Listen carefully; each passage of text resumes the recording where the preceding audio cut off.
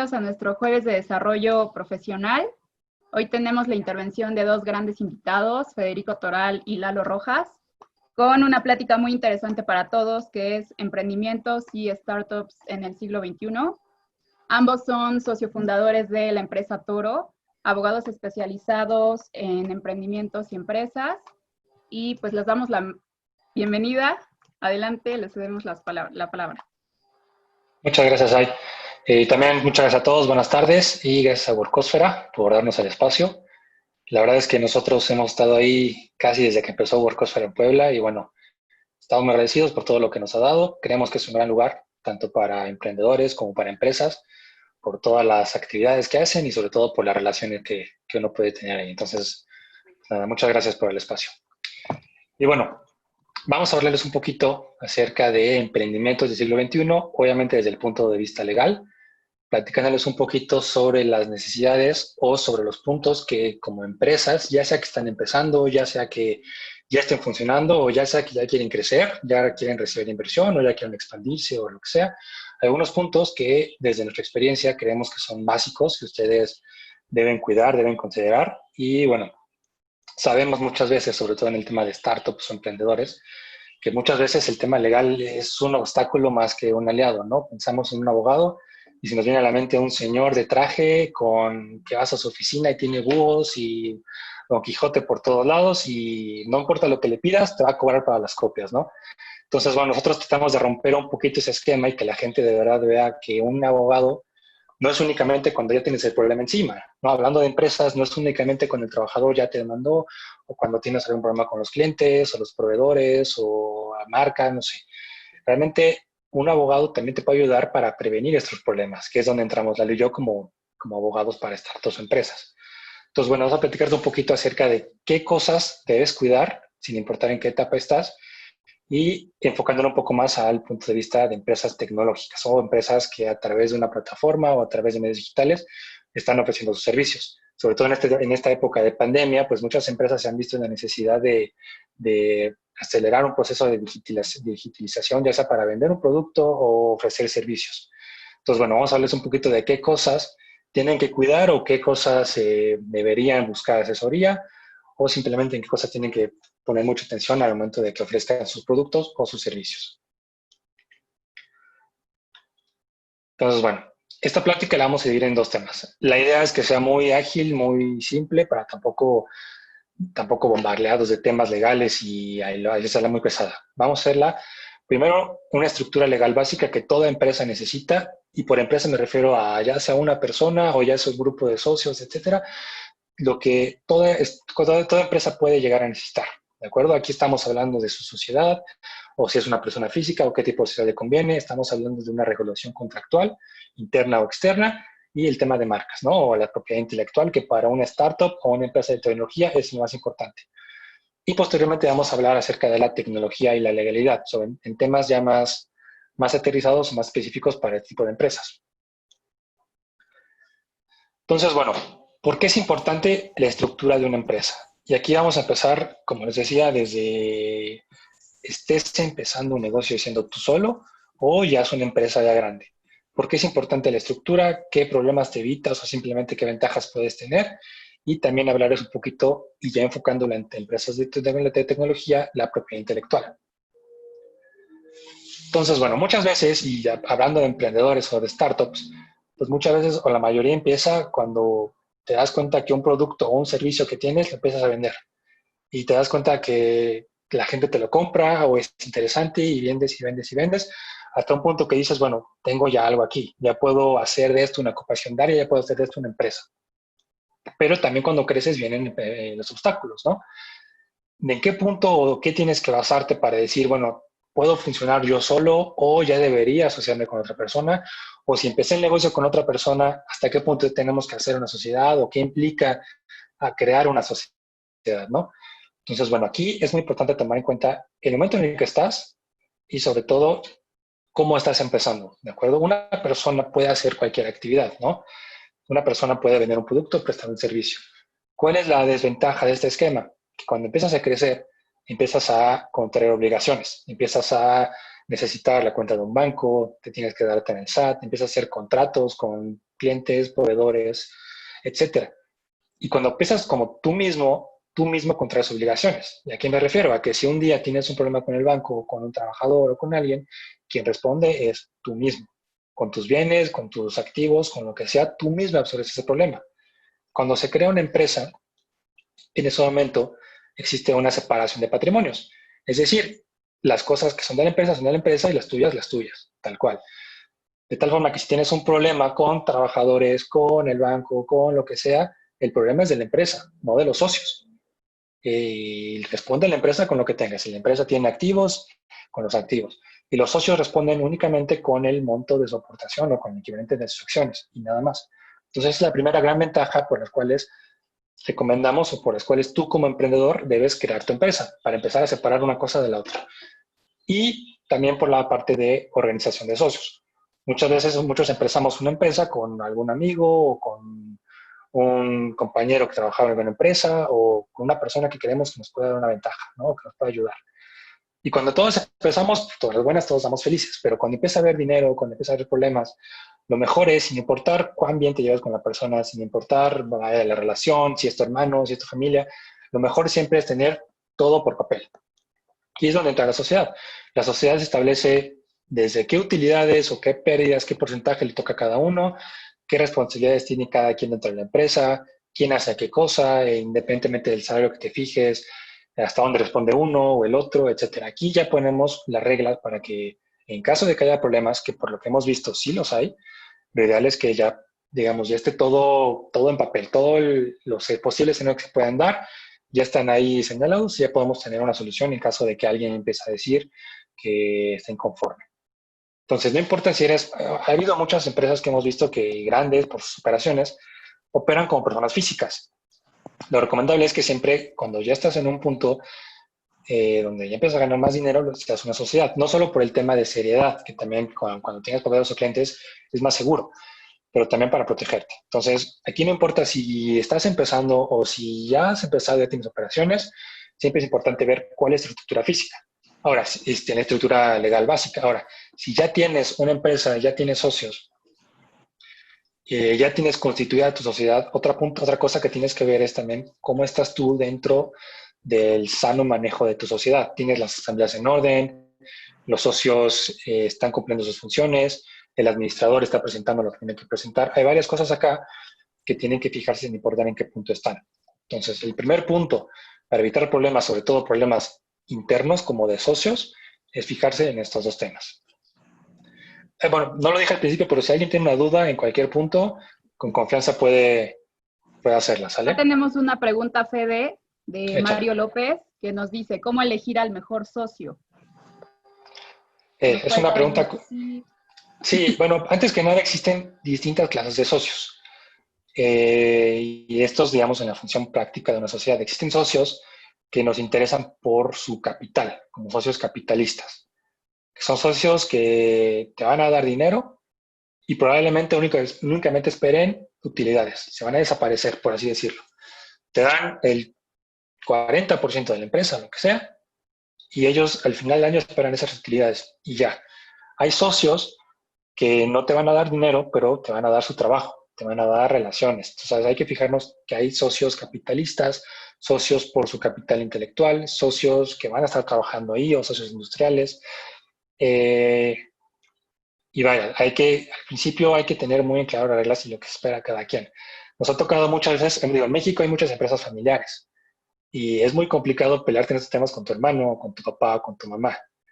Pero bueno, si tienes la posibilidad de elegir a los socios, la verdad es que la recomendación siempre es que sea alguien que sea de mucha confianza, porque sacar un socio no es fácil, porque al final te da una protección a todos los socios.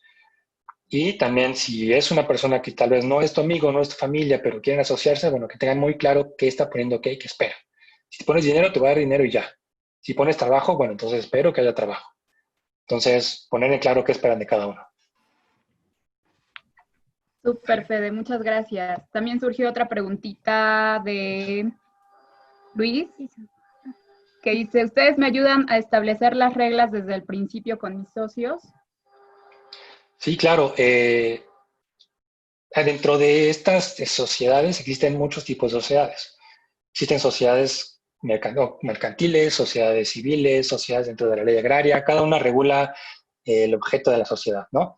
Dentro de las sociedades, por ejemplo, mercantiles, que son las más comunes, donde está la sociedad anónima, la SAPI, la SAS y demás, cada sociedad puede tener distintas reglas entre cada uno, por ley.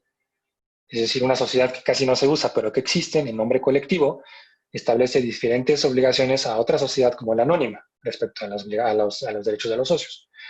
Pero sí, la idea también es poder que se acerquen con el abogado que ustedes quieran, que les ayude en esta parte, para que desde el principio establezcan qué reglas tiene cada uno. O sea, poder haber socios que no van a tener derecho de voto, por ejemplo, en la asamblea. O habrá socios que sí, o habrá socios, vaya, en este documento donde se crea la sociedad se establecen estas reglas y con mucho gusto podemos ayudarlos. Súper, muchas gracias, Fede. Hasta ahorita vamos bien. Muy bien. Ahora, el segundo punto, que no importa que seas una startup o una empresa grande, tienes que cuidar es tu regulación interna y externa. ¿A qué me refiero con regulación? Por ejemplo, internamente, que es donde tenemos que empezar, están los socios, trabajadores y colaboradores, o puede haber distintos otros esquemas, ¿no? Pero lo importante es que dentro de casa tengamos las reglas muy claras. Por ejemplo, con trabajadores. No importa que sea un trabajador, que sea una plantilla grande, con sindicato y demás, tú tienes que tener reglas muy claras en los contratos laborales, por ejemplo. Establecer cuál es el salario, cuáles son las jornadas y demás condiciones laborales. Sobre todo para empresas de tecnología, un punto muy importante acá es la confidencialidad y la protección de la información. Una empresa de tecnología, su capital más grande siempre va a ser la propiedad intelectual. El software que estén desarrollando, la marca que tengan, los activos, los patentes. Difícilmente una startup va a tener como activo desde el principio 3 grúas o maquinaria o lo que sea, los activos siempre van a ser propiedad intelectual. Entonces es muy importante que tanto con socios, trabajadores, aliados, colaboradores, comisionistas, etcétera, tengan regulada esta parte. También internamente pueden ser los proveedores y es muy importante tener reglas claras con ellos. Proveedores desde el que te vende los insumos necesarios para fabricar un producto hasta una empresa que te vende un software o te dé la licencia de un software que tú necesitas para trabajar. Entonces aquí no importa el tamaño que tengas, siempre es muy importante tener todas las condiciones y obligaciones, derechos en escrito y en papel, tanto para la relación entre ustedes como para cuando hay un problema con el cliente. Poder decir, bueno, es que mi responsabilidad llega hasta acá, la de mi proveedor hasta acá y demás. Eso, si tienen todo claro desde el principio, les puede ahorrar muchísimos problemas y sobre todo muchísimo dinero. Otro punto que tienen que cuidar dentro de esta parte es, obviamente, la relación con los clientes. Ya sea que vendas un producto o ofrezcas un servicio, lo mejor siempre es tener el contrato, tener el papelito. Porque muchas veces decimos que el cliente pues, es nuestro amigo o en el mundo en el que nos movemos o en esa industria no se usan los contratos, pero en todas las industrias va a haber problemas. Siempre va a haber algún tema de dinero o algún tema de calidad o garantías o alguien está disconforme. Lo mejor siempre es tener todo por escrito. Y en empresas de tecnología, donde difícilmente vas a ir con tu papelito que te lo firmen, aquí es donde encontramos, por ejemplo, los términos y condiciones, que nadie los lee, pero para cuando tú estás ofreciendo un servicio a través de una plataforma o una aplicación, es muy importante que tengas esta parte pues bien hecha. ¿Por qué? Porque al final vas a tener un problema. Conforme vayas creciendo va a haber problemas, eso es inevitable. Pero para evitarte tiempo y dinero, lo mejor es que desde antes tengas previsto qué problemas pueden pasar con temas de pagos, garantías, protección de datos personales, problemas con marcas o propiedad intelectual de terceros, entregas, qué sé yo. Puede haber muchos escenarios de acuerdo a lo que te dediques que podamos prevenir desde antes y con eso te puedes evitar muchísimos problemas. Y finalmente, también tienes que cuidar, sin importar el tamaño que tengas, los permisos. Hay muchas empresas, muchas actividades que requieren forzosamente un permiso de una autoridad. Desde tu licencia de funcionamiento si tienes un local, hasta quizá una autorización de COFEPRIS o una autorización de alguna otra secretaría, ¿no? Ya llámese CEP, llámese, vaya, la que sea. Muchas veces, y es uno de los puntos que en algunas startups han desafortunadamente sufrido, que tienen una idea padrísima, tienen una forma de resolver un problema social, lo abordan, lo hacen y de repente y no sé, las clausuran porque no tienen el permiso que tienen que pedir ante la autoridad. Entonces, muchas veces puede ser un obstáculo no tener esta clase de permisos. Y en el caso de empresas de tecnología, estos permisos pueden ser desde licencias de software hasta el Office que tienes en tu computadora. Cuando, vaya, legalmente todos tendremos que tener la licencia de Office, por ejemplo. Empresas que están auditadas en estos puntos de vista, si no tienen el Office oficial, si no tienen la licencia, pueden llegar a perder dinero y ser demandadas. Entonces, empresas de tecnología, todos los software que ustedes usen, todos los desarrollos que puedan ustedes necesitar, siempre es importante fijarse que tengan la licencia y los permisos, ya sea que lo compren por internet, ya sea que vayan a, o no sé, que otro tercero se los dé, no sé. Pero siempre es muy importante que todo lo que usen, si es propiedad de otra persona, tengan el permiso para usarlo. Si hay alguna duda, ahí tú me avisas, ¿vale? Perfecto. Sí, tenemos una preguntita de Char que dice, ¿Toro puede apoyarme con un registro de marca? Ok, sí, de hecho, vamos a entrar a la parte de la propiedad intelectual, que es otro punto que tienes que cuidar. Y ya entrándonos un poquito más al tema de desarrollos tecnológicos. En una startup, siempre, y como decía al principio, la propiedad intelectual es el activo más importante. Porque vaya, difícilmente vamos a tener máquinas o una industria, una planta, lo que sea. Al final, una startup vende porque tiene una idea novedosa, porque tiene una plataforma, porque tiene un software, porque tiene, vaya, algo que por definición él puede replicar de forma fácil en otro lado. Entonces aquí donde viene toma mucha importancia este tema de la propiedad intelectual. En México, ¿cómo se regula la propiedad intelectual? Y ya entrando a la respuesta a la pregunta de Char.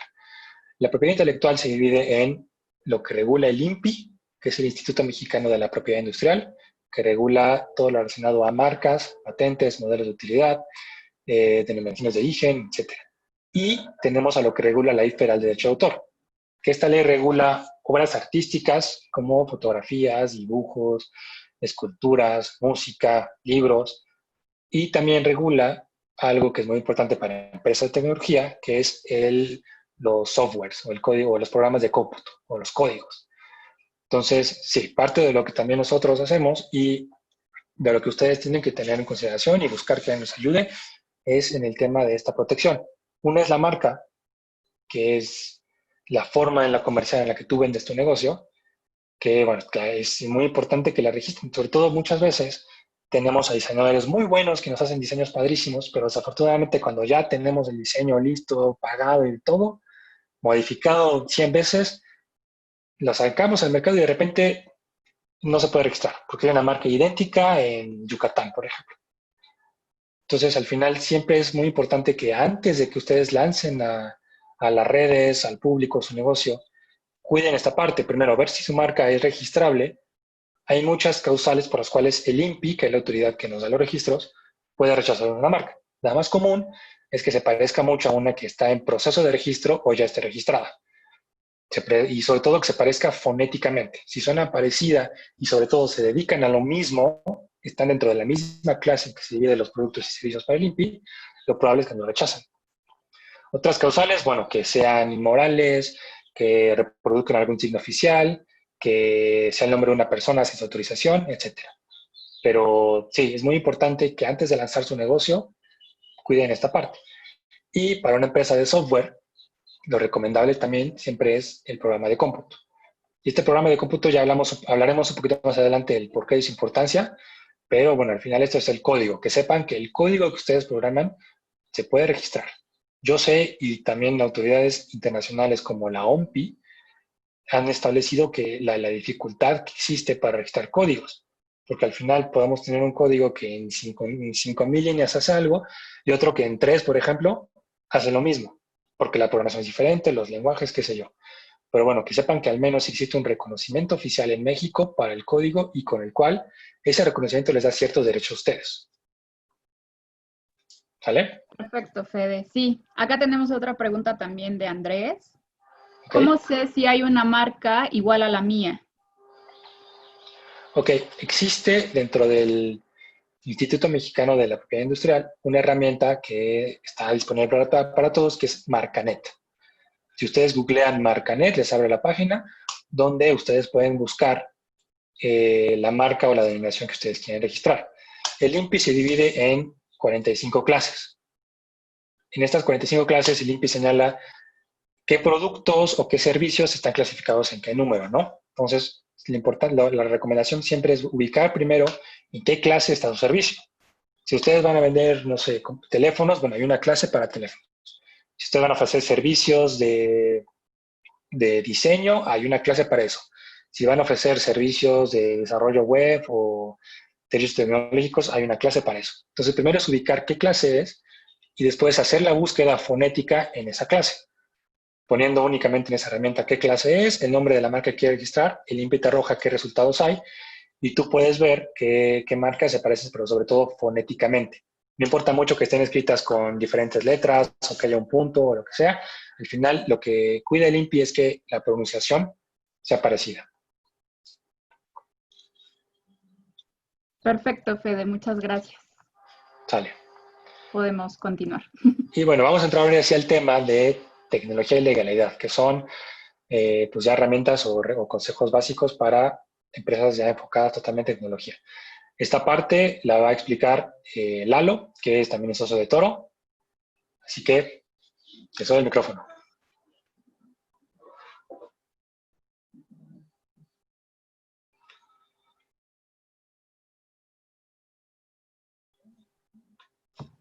No está Lalo por ahí. Creo que no. Ya, es que mi micrófono, perdón, es que mi lap como la compré del empeño no sirve muy bien. Aquí estoy. Pues. La cámara es la que de plano no quiere. Pero sí tengo pantalones, entonces puedo participar. Bueno, nos quedamos en la parte de... bueno, Federico ya habló de cuáles son los básicos para tener una sociedad funcionando. Y ahora vamos a enfocarnos un poco más en la parte de cómo trabajar un negocio digital, 100%, ¿no? Vamos a tocar algunos temas de propiedad intelectual. Vamos a hablar sobre un tema que es muy interesante ahorita, que es las reformas que se hizo al Indautor, en donde se habla un poco de censura, se habla un poco de esta prohibición de poder arreglar computadoras o de hacer ilegales estos lugares que arreglan celulares o laptops y tienen hasta consecuencias penales de cárcel y demás. Y un tema muy importante que son los contratos digitales y los términos y condiciones, que es como yo pienso que se van a empezar a tener que adaptar y mover todas las empresas durante esta pandemia y ya en el futuro, ¿no? Entonces, si le picas, Fede. Bueno, el tema de la propiedad intelectual, como decía Federico hace rato, es muy importante porque es el máximo capital o el valor más grande que tiene una empresa, al menos al principio, ¿no? Las empresas de tecnología viven de su algoritmo, de su programación o del valor que puede generar con su software en general. Y una pregunta que tenemos muy común es precisamente esa. Si es posible registrar o hacer que mi código, que mi software, que mi página sea de alguna manera única para mi uso y que nadie más la pueda copiar, registrarla en algún lugar o guardarla en algún lugar. La respuesta es sí se puede. El Instituto Nacional del Derecho de Autor es la autoridad encargada de ese tipo de registros y ahí se protege toda la parte de software que está definido como el código en cualquier idioma, escrito en cualquier idioma de programación o lenguaje de programación que tenga las instrucciones para que un sistema ejecute alguna instrucción en general. Entonces, sí se pueden registrar todo tipo de software que tú hayas construido desde el principio. Sin embargo, esto no va a evitar que existan otras empresas o otras startups de tecnología o otras personas que puedan desarrollar o trabajar con tecnología muy similar a la tuya. Digamos, la idea de tu modelo de negocio no puede ser protegida por ninguna autoridad o por ninguna forma. Así que solamente podremos cuidar la parte del texto y el código como tal. De ahí que existan hoy varias plataformas muy parecidas entre sí, como por ejemplo Uber, Eats y Rappi y demás. Son muy parecidas y no se puede, digamos, tener una protección especial sobre el funcionamiento de una empresa que se dedica a la logística o a los viajes o a la entrega de cosas, ¿no? Entonces, solamente que tu software haga algo muy particular y sea muy difícil de replicar, valdrá la pena. Bueno, no solamente en ese caso, pero eso sería lo primordial. Vale mucho la pena el registro de software, aunque no haga eso, porque una vez registrado ya se vuelve un activo de tu empresa y tienes a una autoridad que lo reconoce como tal y podrás licenciarlo, prestarlo, venderlo, rentarlo o cualquier otra figura que te permita generar todavía más valor. Entonces, es un paso importante a pesar de que no se proteja la idea. Otra de las partes importantes de la propiedad intelectual es las marcas y licencias de uso. Las marcas son signos distintivos que, como todos sabemos, difieren a tu empresa y a tu servicio de la competencia. Es importante tenerlas registradas porque, igual que el software, una vez que tengas el registro, empiezan a generarte otro tipo de valor. Ya se vuelve un activo de tu empresa, un intangible, donde antes solamente había un logo, ya tienes algo que es susceptible de venderse, de comercializarse, de rentarse. Uno de los modos más sencillos para poner tu propiedad intelectual o tu marca a trabajar es a través de una licencia de uso, en el que tú le permites a otra persona utilizar tus signos distintivos y cobrarle por una cantidad, digamos, por un tiempo o por sobreutilidades, regalías o cómo funciona el modelo de negocios. Esto es muy funcional en caso de que... mi cámara revivió. En caso de que a lo mejor estés en tanto un negocio como de tecnología, pero en un sector más tradicional y quieras a lo mejor no pasar por todo el proceso de franquicia, pero sí algo muy similar, entonces podrás licenciar tu marca y prestarla y cobrar una renta o una regalía por ese concepto. Sí quiero ser muy claro en que no se pueden registrar ideas y modelos de negocio, porque ha sido una duda bastante recurrente desde que empezamos, que es cómo puedo hacer para todo este desarrollo al que ya le invertí, nadie más haga algo parecido. Y es entendible porque todos los desarrolladores, todas las startups de tecnología gastan mucho dinero en que su modelo de negocios funcione como ellos lo quieren, pero no hay manera de hacer eso. Entonces, hay que ser muy específicos en cuanto a las expectativas. Si tú quieres registrar tu software, solamente quedará protegido el lenguaje en el que lo hagas y las instrucciones que ejecute, pero no el concepto que haga. O sea, el software de Uber, por ejemplo, seguramente está registrado en algún lugar, en México o en Estados Unidos, o en los dos, pero eso no quiere decir que no exista Didi, que no exista Rappi, que no exista Cabify, que no existan muchas tantas empresas como vaya pidiendo el mercado. Entonces, a pesar de que es una buena idea y es un buen paso y es una buena manera de convertir una porción de código en un activo de la empresa, sí hay que trabajar bien con la expectativa y entender que habrá muchas empresas y muchas startups que quieran adoptar el mismo modelo de negocios a pesar de que tu software ya esté registrado. Aquí preguntaban que Sí, si hay dos. quisieras proteger tu modelo de negocios. Ajá, hay dos, ¿va? Sí, la primera es sobre ¿Dónde software, está la primera? El que 80% del dice valor de la empresa le integran los intangibles. Exactamente. Ajá. no, no te preocupes, si registro en México, ¿hasta dónde me cubre geográficamente? Hablando de software específicamente. Esa es la primera.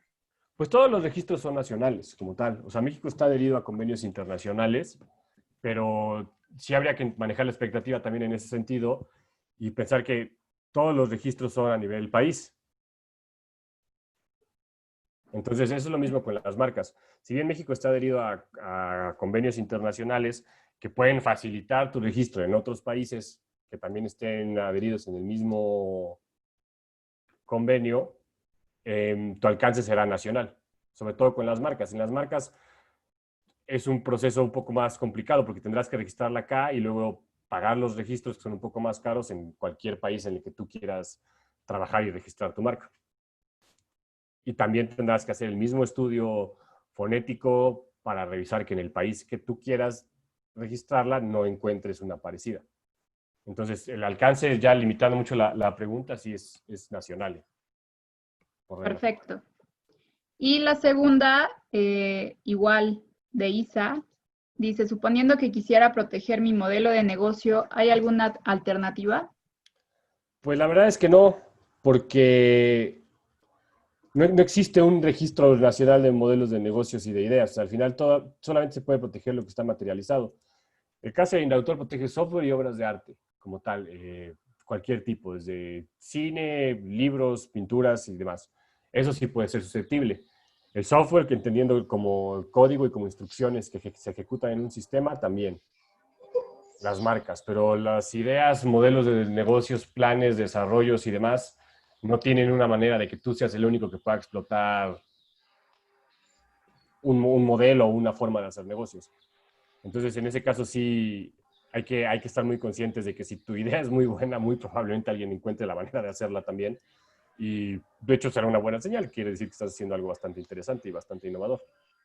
Sí, ahí nada más para complementar lo que decía Lalo, eh, la única forma en la que ustedes podrían proteger esa parte sería teniendo un muy buen manejo de confidencialidad dentro de la empresa, ¿no? Cuidando quién puede accesar a, no sé, a tal computadora, por ejemplo, que tenga la información, o manejar con mucho cuidado el tema de los documentos que contengan toda esa información.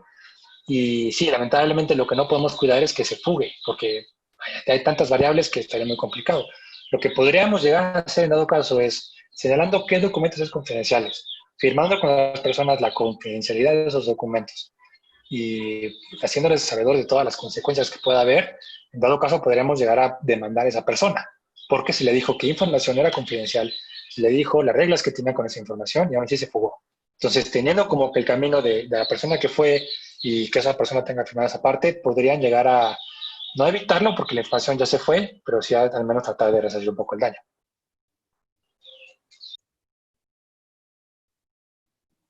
Sí, igual, Perfecto. Muchas gracias. sí, lo que dice Fede, o sea, sería como proteger el funcionamiento interno, como que la receta secreta o lo que te haga a ti diferente es factible, pero cualquier consumidor de cualquier aplicación, o sea, todos sabemos cómo funciona Rappi, ¿no? Entonces, es fácil intentar hacer una réplica de cualquier otro modelo de negocio. Perfecto. Y tenemos, perdón, antes ¿Sí? de cambiar, tenemos una última, igual, dice, ¿puedo proteger el contenido que publico en Internet? Por ejemplo, un travel blog o similar. Bueno, ese es interesante porque justo, o sea, siempre se ha podido, pero ahora con los nuevos cambios a la ley de derecho de autor, eh, es más factible que nunca proteger tus cosas, pero a un grado exagerado. O sea, ahorita puedes llegar hasta un grado como de, digamos, hasta de censura, porque ahora la ley, vamos a platicar un poquito más adelante, pero la ley contempla la posibilidad de que tú eh, puedas comunicarle a tu proveedor de servicios de Internet o a tu proveedor de servicios en línea, que digamos sería Telmex, proveedor de servicios de Internet, o Facebook como proveedor de servicios en línea, que te han vulnerado tu propiedad o tu derecho de autor. No tienes que probar nada, no tienes que adjuntar ninguna prueba, no tienes que adjuntar material alguno, solamente tienes que decir que a tu entender alguien se está robando algo tuyo. Y el proveedor de servicios de Internet o de servicios en línea tiene la obligación de remover ese material de su red instantáneamente. Entonces no existe como este derecho de audiencia o de informar de algún error o algo. Tú como parte vulnerada, digamos, emites un aviso, el proveedor de servicios de Internet da de baja el material y la persona a la que le quitaron el material puede dar un contraaviso y ahí se arma una pelea para ver quién es el que tiene la razón y la titularidad. Pero de entrada, o sea, tú como parte vulnerada consigues que bajen lo que sea. Entonces sí puedes proteger tu contenido de un blog o de lo que quieras. Sí se puede, siempre se ha podido. Hoy más que nunca es bastante fácil, peligrosamente fácil, hacer que contenido en Internet sea removido. Tenemos ahorita, todo tiene un blog que les vamos a pasar la dirección al final y estamos haciendo una serie de entregas precisamente de este tema del Indautor porque es algo muy actual y en el que estamos en contacto todos. O sea, en un segundo vamos a platicar más de eso, pero la parte de arreglar celulares o de modificar celulares o si quieres comprar una lap y quieres ponerle más RAM o más memoria, cambiar disco duro, lo que sea, técnicamente es ilegal si no vas con un distribuidor autorizado, ¿no? Entonces hay mucha gente que va a tener muchos problemas para mantener su trabajo y se va a usar el derecho de autor como un arma de censura por parte del Estado, sí o sí. Eso va a pasar de fijo. ¿Le puedes poner la anterior? Bueno, terminando con la parte de software y ahora para entrar a las reformas del Indautor, solamente reiterar el consejo que les tengo a todos. Es fundamental registrarlo tan pronto lo tengas en una etapa mínima viable. Obviamente, esperar hasta que esté completo sería imposible porque un software nunca está terminado como tal, ¿no? Siempre va creciendo casi como orgánicamente. Pero sí registrarlo en la etapa mínimo viable para que tengas un activo, para que tengas un papel que respalde que tú eres el titular de esa propiedad industrial, intelectual, y con eso se convierte en un activo que es susceptible de negociarse, de licenciarse, que es como arrendarlo, o de venderlo como tal, de venderlo por piezas, o de hacer lo que tú quieras, pero ese valor como que de comerciar únicamente el lenguaje de programación, ya no lo que haga o el servicio que preste, sino ese lenguaje, ese código, solamente se puede hacer, o es mejor hacerlo una vez que está registrado ante el Indautor. El trámite es relativamente sencillo, es extraño, pero necesitas llevar el código impreso, o sea, imprimir carpetas de código. No sé por qué lo piden así. Es relativamente rápido y al final te va a dar un certificado que te avala como el titular de esa información y es bastante útil y te da un activo nuevo, hasta contable y en términos de capital, funciona bastante bien. Entonces, ese es un consejo que tengan mucho en cuenta. Ahora, retomando este tema del Indautor, ha habido muchos cambios que, como les decía, favorecen a la censura y al contenido de Internet. Esto es importante porque siempre que se emprende digital vamos a utilizar medios como nosotros, un blog o redes sociales o lo que tú quieras, para tratar de anunciar, mover tus productos, y ahora es posible que eso se vuelva un proceso mucho más complicado porque existen maneras, avisos que tú le tienes que dar a este proveedor de servicios de Internet o proveedor de servicios en línea para que bajen contenido a diestra y siniestra, ¿no? Entonces, es una ley que antes era bastante racional y protegía derecho de autor en la medida de lo posible, y ahora se ha vuelto un disparate porque si tú subes algo a tu blog de Medium para anunciarte y yo nada más por lacra pienso que estás vulnerando mi derecho de autor, emito un aviso y tienen que quitar eso inmediatamente. Claro que es imposible hacerlo siempre y en Internet hay usuarios exponencialmente, hay más cada día, pero sí puede ser usado para, por ejemplo, el Estado mexicano cuando encuentre algún opositor incómodo, cuando encuentre alguna persona que está haciendo demasiada sátira política y está funcionando, puede reclamar al proveedor de servicios de Internet que baje todo el contenido, por ejemplo, no sé, algo que ustedes quieran, que haga videos, que haga YouTube, que se dedique a criticar el régimen actual, y tendrá que quitarlo. Y si a ti te quitan tu contenido y estás seguro que todo el material que usaste es original tuyo, que no usaste ni una foto de encontrada en Internet y que tienes la razón, tendrás que dar un contraaviso y te van a promover el indautor y va a iniciar un procedimiento casi como una especie de juicio, proceso administrativo. Y si no lo ganas, aparte que van a quitar tu contenido, vas a ser responsable de daños y perjuicios y de multas. Entonces, hay muchos colectivos de activismo en contra. Personalmente estoy en contra de estas modificaciones y como jurídico también, porque una cosa es regular y otra cosa es amenazar a la libertad de expresión, que es contra la filosofía de Internet como tal. Así que hay que tenerlo en cuenta y exponerlo en redes sociales, hablar y buscar la manera de que esto cambie. También otra de las cuestiones importantes de esta reforma de Indautor son las medidas de protección. Son candados digitales o físicos que se le pueden instalar a cualquier hardware o software ahora para que no los puedas modificar a menos que seas el distribuidor autorizado. Entonces, si tú compras un celular de cualquier marca y de repente se rompe la pantalla y un candado digital, un candado físico te prohíbe abrirlo y tú de todos modos, bueno, lo quitas, lo desatornillas y cambias la pantalla, el fabricante podrá pedirte daños y perjuicios, te podrán demandar y además te vas a quedar una multa grande y probablemente sanciones penales. Están hablando de años de cárcel y demás por arreglar computadoras. Entonces, arreglar, modificar computadoras o teléfonos celulares o cualquier otro dispositivo que interprete señales de satélite no podrán ser arreglados o tocados por nadie que no sea el distribuidor autorizado. Entonces, hay mucha gente que en este momento sí va a tener problemas y todos en algún momento se nos ha caído nuestro celular y teóricamente llevarlo a arreglar con la persona de confianza ahí en la plaza de la computación es a partir de este momento ilegal.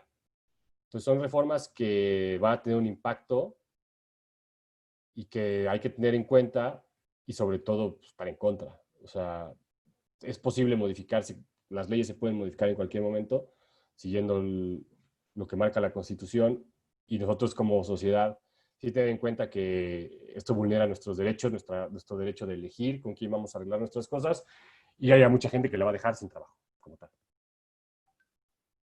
Y Entonces, aquí, ay, perdón, ¿sí? acá hay una preguntita de Mike. ¿Cuál es la razón de esa ley? ¿Cuál es la razón? Bueno, la razón es homologar criterios con los demás países que firmaron el nuevo tratado de libre comercio con Estados Unidos y con Canadá. Canadá me parece que no aceptó este tipo de imposiciones, México sí, pues así tocó. Y la finalidad es esa, o sea, los tratados de libre comercio son leyes muy grandes que necesitan de otras leyes pequeñas o de modificaciones a leyes pequeñas para funcionar.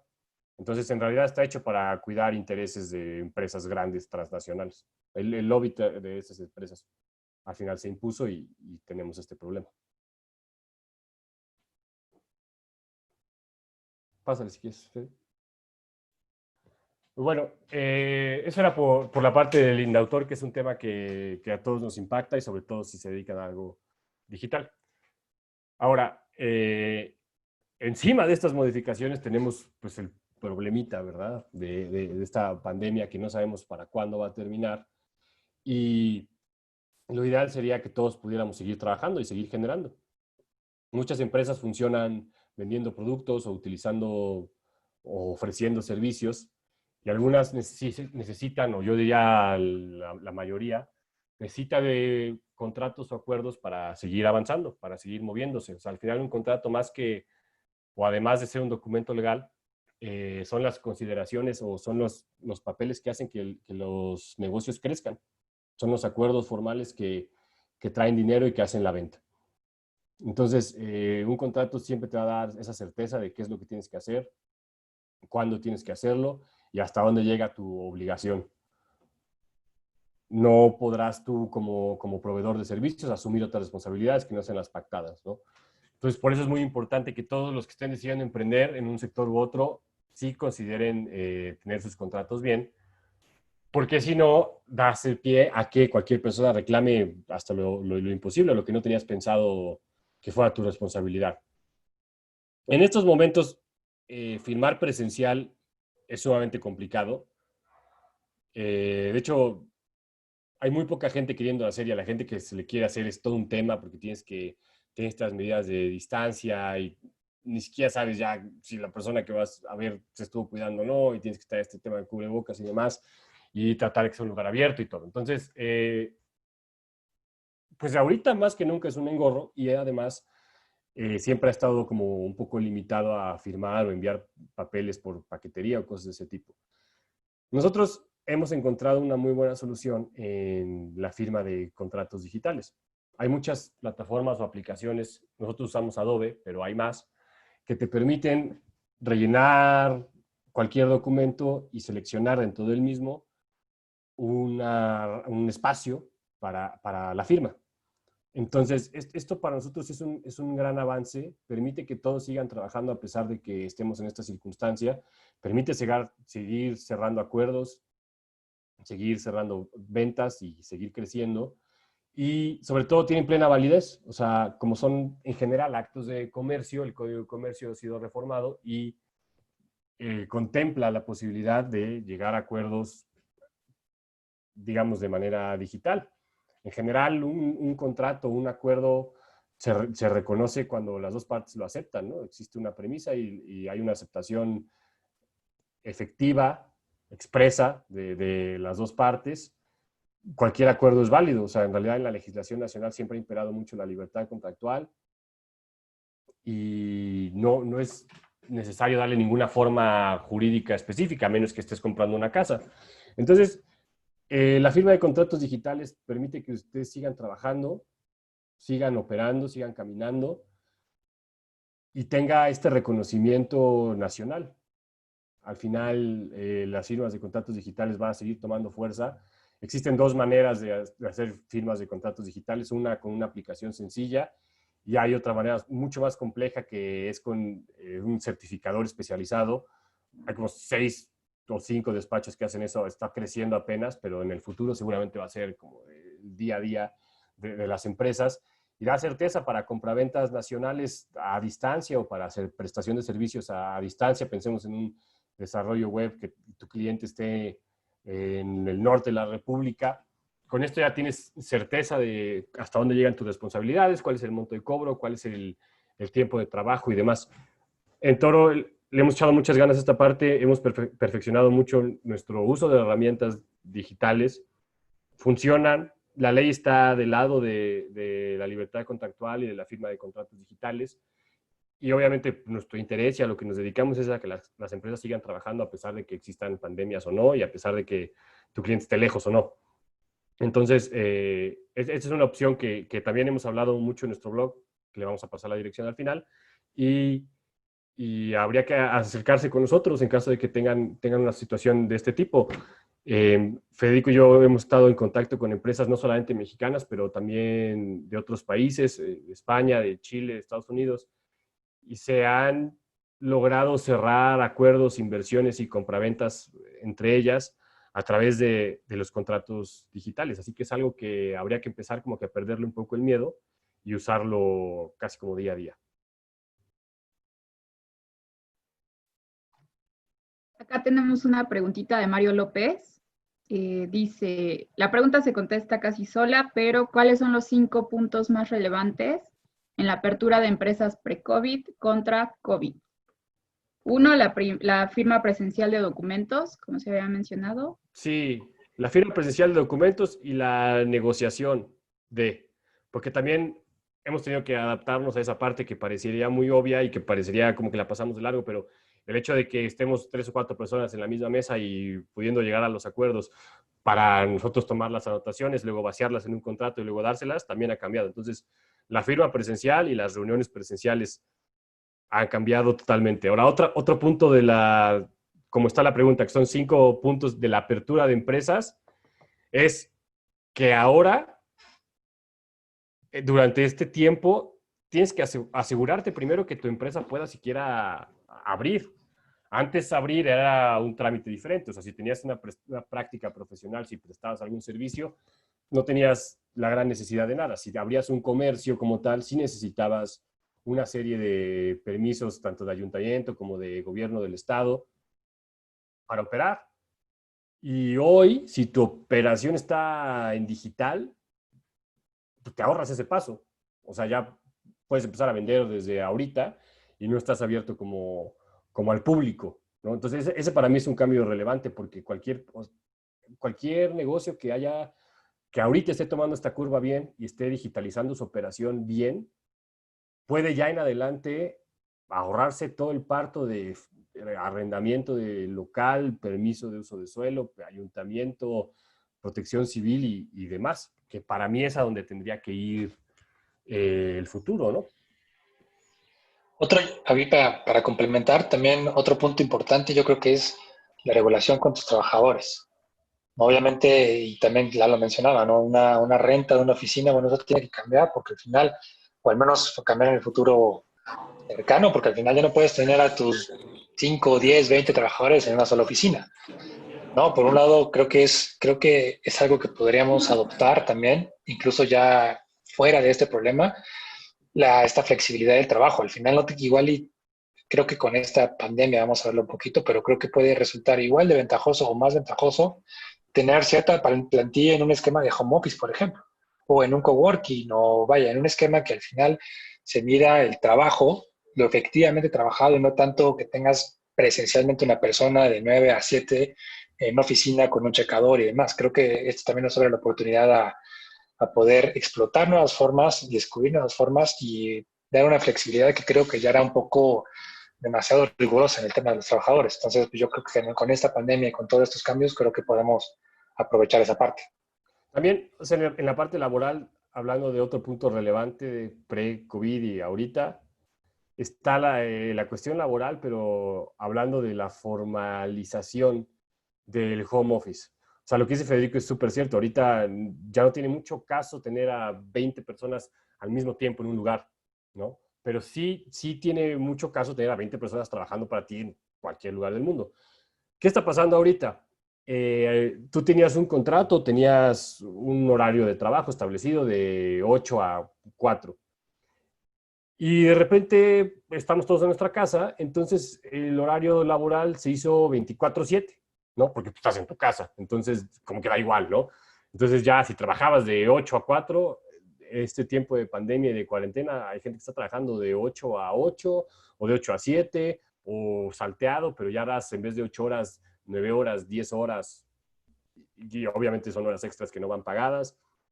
Entonces, esta parte de la flexibilidad es muy interesante, pero yo creo que de seguir con este esquema de teletrabajo, trabajo a distancia, va a haber algo de controversia y se van a tener que hacer algunos ajustes, a lo mejor legales, a lo mejor de buenas prácticas, en cuanto al horario de trabajo. Recordemos que la Ley Federal de Trabajo es bastante dura con el patrón y cualquier tema de horas extras seguramente como patrón lo perderás, como trabajador lo ganarás.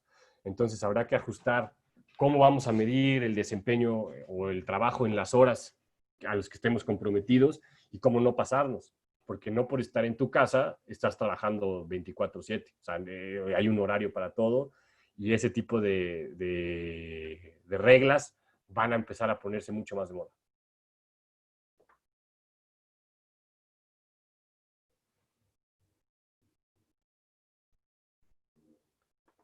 Eh, por último, hablando de empresas digitales, una de las vertientes que más se han intentado explotar desde el año pasado, me ha tocado ver mucho y ahorita, es las cuestiones de empresas de tecnología financiera.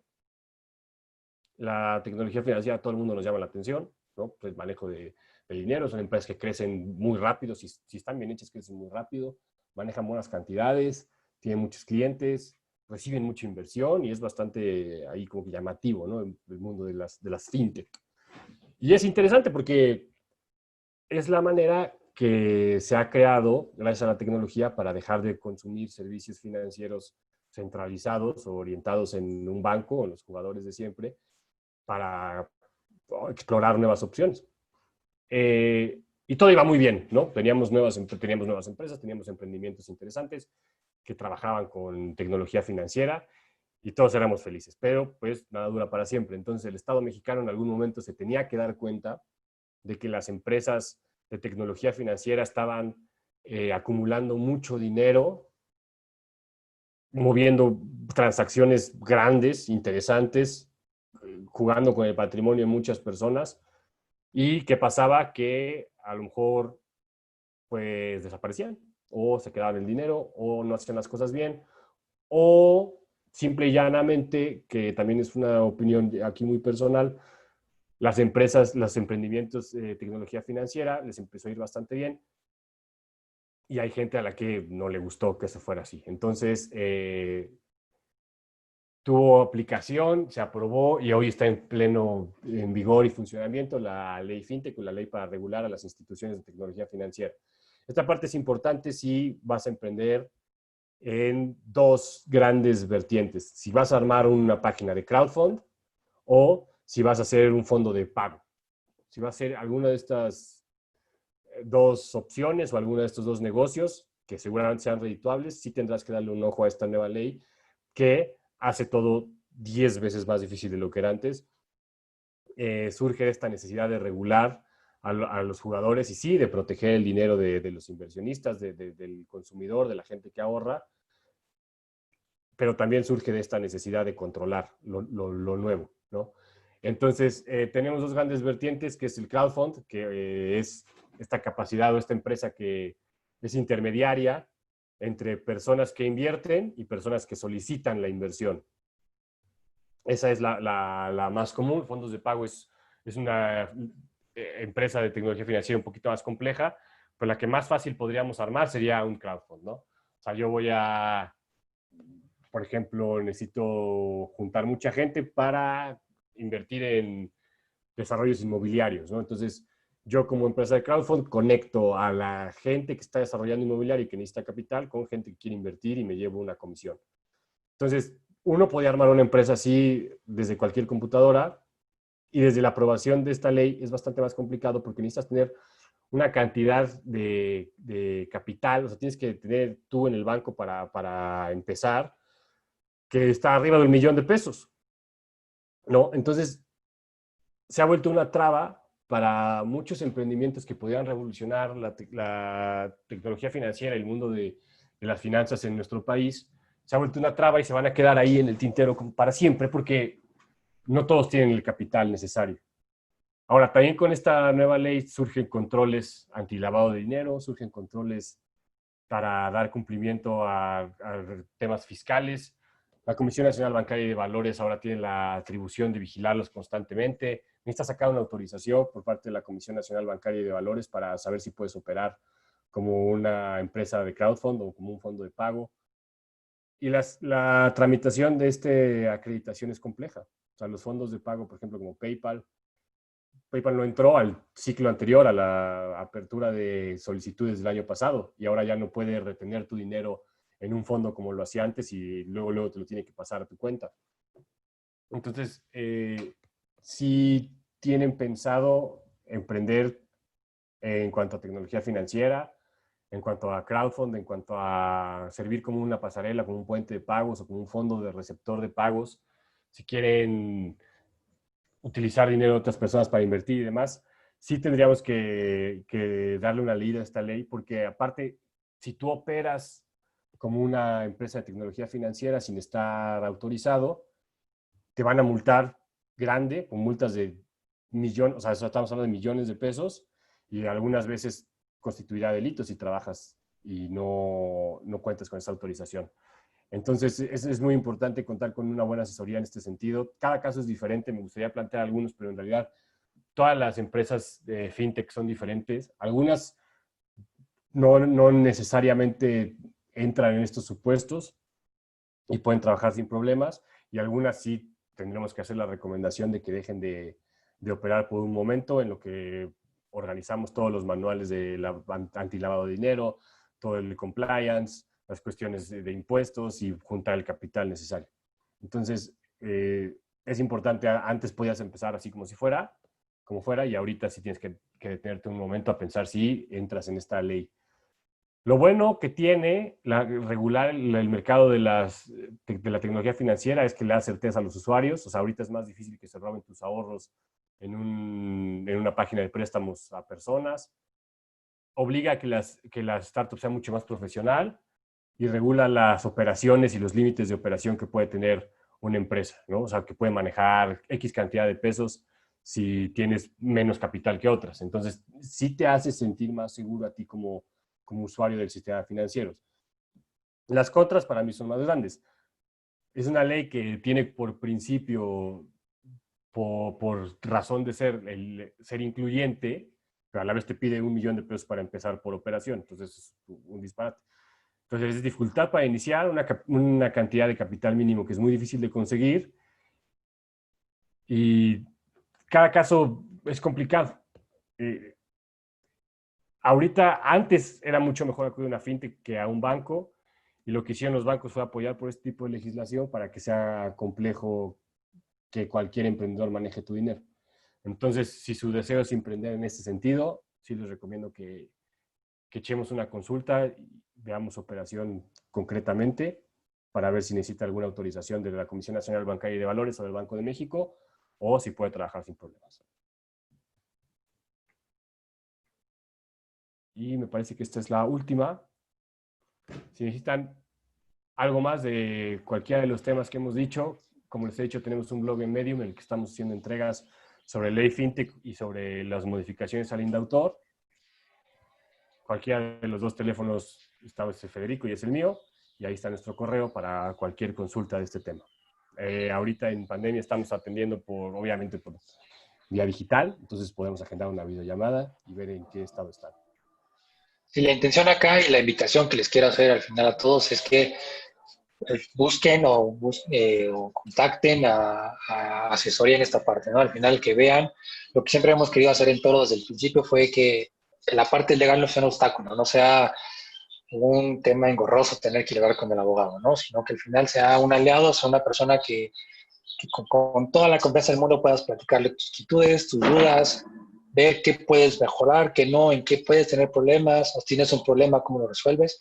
Siempre la invitación es que se acerquen ya sea Toro, ya sea al abogado con el que esté trabajando, a quien sea, pero que se acerquen, que no nos vean como algo negativo o como problemas, ¿no? Al final la idea siempre es apoyarlos, tanto emprendedores como empresas, a que crezcan, a que eviten los problemas.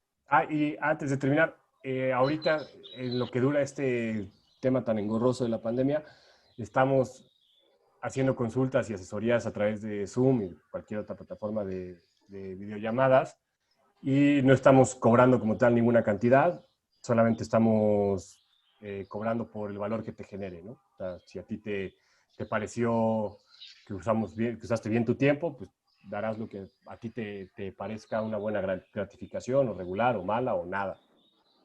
Es una manera de buscar apoyar más al emprendedor y de cobrar por el valor que genera. Muchísimas gracias. Igual acá ya adjuntamos su Vicar, también Gracias. por si le quieren dar un vistazo. Los pueden encontrar en Facebook como Toro Estudio Jurídico. Y no sé si alguien más tenga alguna dudita, una pregunta o algo más. Tenemos acá comentarios también. Bueno, en Facebook tenemos muchos. Sí, al final que... Comentarios, preguntas y de todo. Como decía Lalo, al final cualquier duda tenemos esta oportunidad para todos, para que se acerquen, que no piensen que por minuto o por respirar ya tenemos que cobrar dinero, ¿no? Al final todo esto de querer ayudarlos pues, va con esa transparencia y con ese apoyo de que, bueno, paguen al final si es redituable y si al final se concreta en algo, ¿no? Que es la intención y la idea de todo. Entonces, que toda la confianza nos pueden buscar por estos medios. Sí, si tienen dudas en problemas legales enfocados en temas digitales o tecnológicos, pues aquí están los mejores. Toro, no duden en buscarlos y sí. Sí. Y en verdad les agradecemos mucho. No sé si tengan alguna pregunta, alguien de los que están aquí en Zoom, o algún comentario, pueden abrir su micrófono sin problema. Greta dice que si podemos hacer una sesión de preguntas y respuestas en Facebook. Greta Ahorita Braña. sí. Sí, claro. Nada más no veo el comentario. Bueno, Greta, si nos estás escuchando y si tienes alguna duda, puedes escribirla ahí y nosotros la comunicamos a los ponentes. Le podemos dar unos segunditos a ver si... Sí, claro.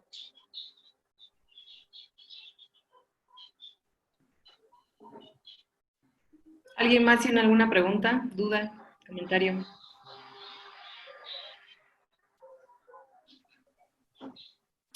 Si no nos contesta Greta, y si nos está escuchando con toda la confianza, tenemos los números ahí. Si alguien se queda alguna duda, con toda confianza, échenos un WhatsApp o un correo y les contestamos, no hay ningún problema. Ok, vale. Muchas gracias. Sí, porque creo que ya no dio señales. Pues muchas gracias. Muchísimas gracias. En verdad, un tema súper interesante. Les agradecemos mucho, como siempre, ustedes dos. Siempre traen cosas muy buenas y muy interesantes, aportaciones muy útiles para todos. Y también, bueno, mientras les comentamos que el próximo jueves 23 de julio va a estar Julio Cardoso con el tema Cómo crear tu primer podcast. Va a ser a las 5 de la tarde, igual acá en transmisión en vivo por Facebook. Y mira, ya nos contestó Greta. ¿Cuál es el proceso más completo legal de empezar un negocio? Ok, bueno, primero la importancia es, o tenemos que ver qué tipo de negocio es, porque puede haber muchas vertientes. Yo en esta exposición tocamos los puntos básicos, ¿no? Al final tú como cuando empiezas un negocio tienes que empezar con la casa, ¿no? Si eres tú o si tienes socios y las reglas en esa parte. Tienes que empezar con la regulación contractual que tú hagas. Es un producto, bueno, ¿qué necesito para hacer un producto? Necesito comprar algo, bueno, tengo que hacer la relación con los proveedores.